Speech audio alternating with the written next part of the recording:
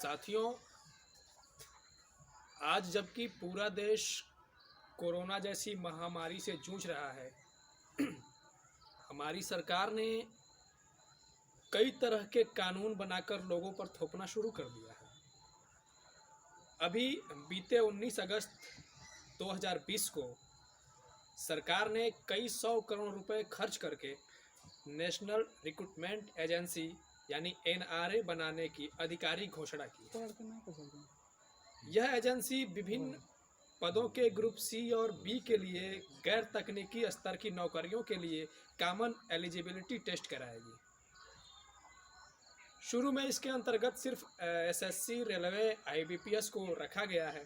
बाद में अन्य भर्ती संस्थाओं को भी इसमें शामिल करने की योजना है। सरकार ने इसे मील का पत्थर बताया है। सरकार का कहना है कि इससे अभ्यर्थियों के धन व समय की बचत होगी।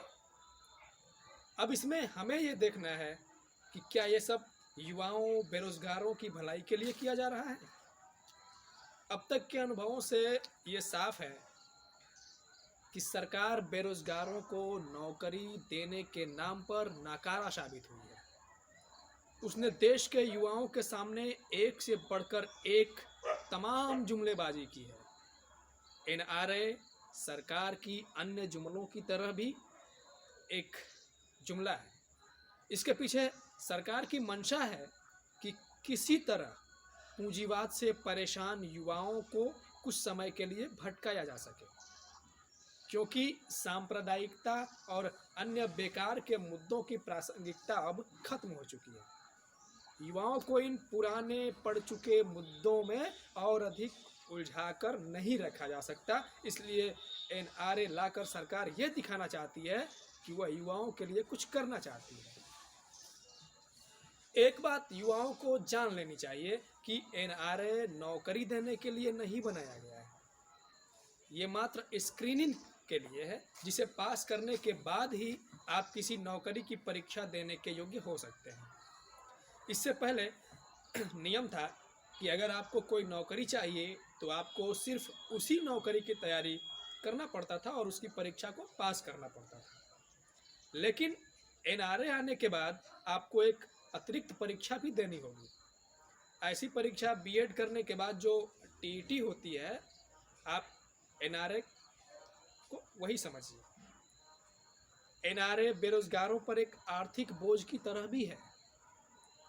पहले आपको जिस नौकरी की परीक्षा में बैठना होता था, सिर्फ उसी का फीस देना होता था, लेकिन NRA आने के बाद आपको दोहरी फीस की मार झेलनी पड़ेगी।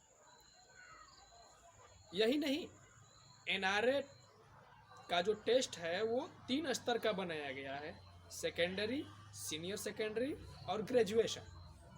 अगर आप तीनों स्तर की परीक्षा में बैठना चाहते हैं तो आपको तीनों की अलग अलग फीस देना पड़ेगा, मतलब 3 बार फीस भी देना पड़ेगा। भयंकर गरीबी से जूझ रहे देशवासियों के साथ यह एक भद्दा मजाक है। ऊपर से NRA की जो परीक्षा है उसको पास करने के बाद उसकी जो वैलिडिटी है वो सिर्फ 3 साल के लिए है। मतलब अगर आप 3 साल के अंदर कोई नौकरी नहीं कर पाते हैं, कोई नौकरी की परीक्षा नहीं पास कर पाते हैं, तो NRA की जो वैलिडिटी है, जो आपने कॉमन एलिजिबिलिटी टेस्ट दिया है, वह अमान्य हो जाएगा। फिर से आपको कॉमन एलिजिबिलिटी टेस्ट देना पड़ेगा।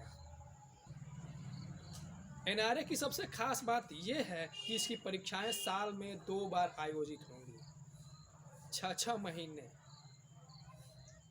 मतलब अगर आप एक बार कॉमन एलिजिबिलिटी टेस्ट में चूक गए तो आप 6 महीने तक किसी भी नौकरी की परीक्षा में सम्मिलित नहीं हो सकते। इसके लिए आपको 6 महीने का इंतजार करना पड़ेगा अगले टेस्ट के लिए। अलग अलग नौकरियों के लिए अलग अलग सिलेबस होता है। जैसे बैंकिंग की तैयारी और SSC, रेलवे की तैयारी का तरीका अलग अलग होता है।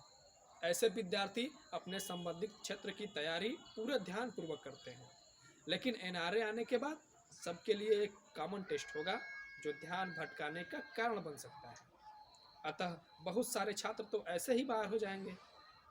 एक बात सभी युवाओं को गांठ बांध लेनी चाहिए कि एनआरए आने के बाद हो सकता है कि कुछ लोगों को नौकरियां मिल भी जाएं, लेकिन अधिकांश लोग बेरोजगार ही रह जाएंगे। एनआरए सरकार द्वारा लाया गया एक छलावा मात्र है।